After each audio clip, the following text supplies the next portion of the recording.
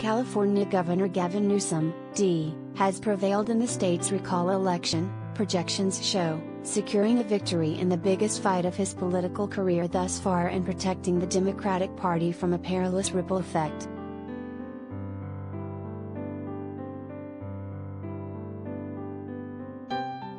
In a speech to supporters Tuesday night, Newsom thanked Californians for rejecting the recall attempt.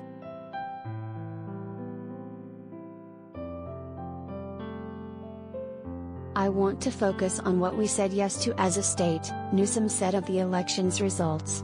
"We said yes to science. We said yes to vaccines. We said yes to ending this pandemic. We said yes to people's right to vote without fear of fake fraud or voter suppression. We said yes to women's fundamental, constitutional right to decide for herself what she does with her body and her fate and future. We said yes to diversity. We said yes to inclusion."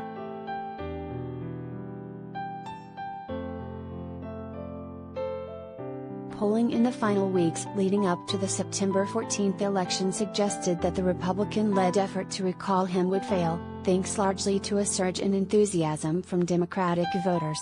Polling in previous months showed a tightening race and strong Republican turnout, leaving Newsom's supporters on edge even as the numbers shifted in his favor.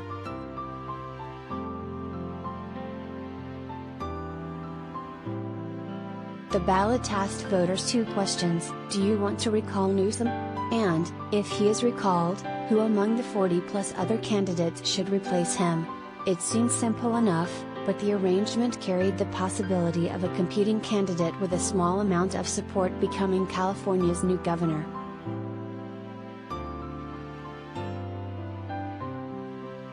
Had more than 50% of voters answered yes on the first question, then whichever candidate won the most support in the second question would replace him. Had that been the case, a candidate with as little as 20% of voter support could have become California's leader, even if just shy of 50% of voters wanted to keep Newsom.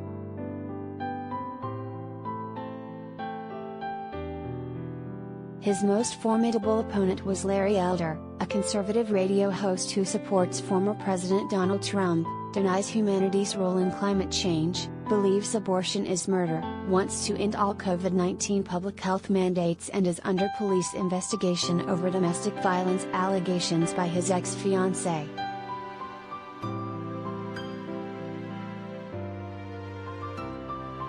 The idea of Elder ascending to the top job in deep blue California, where just 24% of registered voters identify as Republican, was inconceivable for many.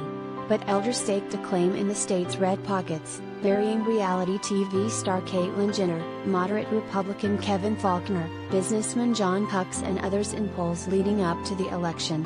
In early September, 538's consolidated average for Elder was at 23.5%.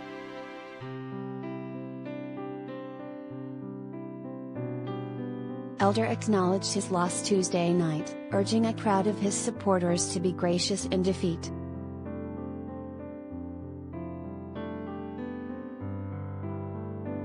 "We may have lost the battle, but we are going to win the war," he added.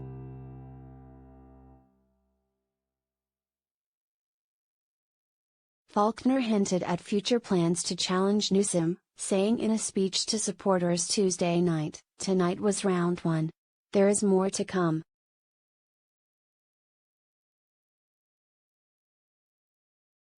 Jenner, who had a poor showing despite her celebrity factor, expressed shock at the results. "I can't believe that this many people actually voted to keep him in office," she said. "It's a shame."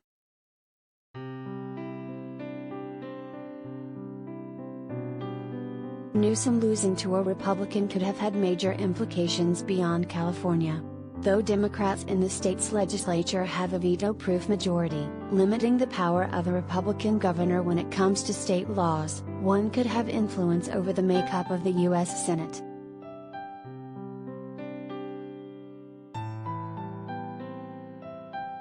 If Senator Dianne Feinstein, Democrat California, the oldest member of the Senate at age 88, were to retire or die before her term ends, the governor would get to name her successor. A Republican would ostensibly name someone from their own party, upending Democrats' razor-thin majority in the Senate and handing control back to the GOP.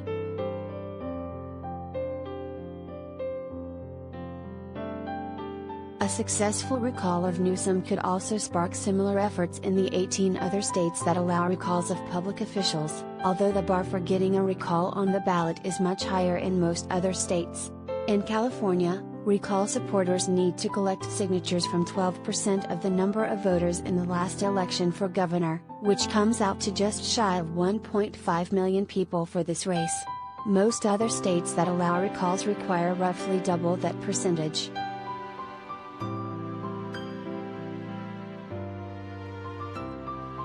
Recall organizers against him also benefited from a judge awarding them a 120-day extension of the usual 160-day signature collecting period in November, stating that it was virtually, if not actually impossible for them to adequately seek signatures without extra time during the pandemic.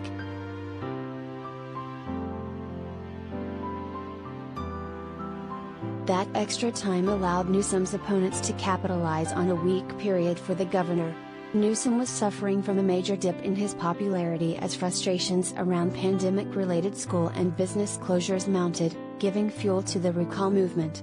And in an incident that may dog him for years to come, he was photographed dining in a semi-enclosed restaurant space, at the ultra-exclusive French Laundry in Napa County, no less, with a dozen guests from multiple households in November.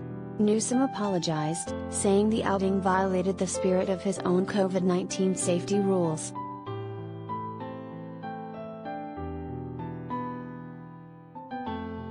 With victory in Tuesday's election secured, Newsom must now face the challenge ahead, putting the stain of a recall election behind him as he proceeds with his political aspirations. It's an open secret that Newsom has set his eyes on higher political office, but he'll have to get through next year's gubernatorial election first.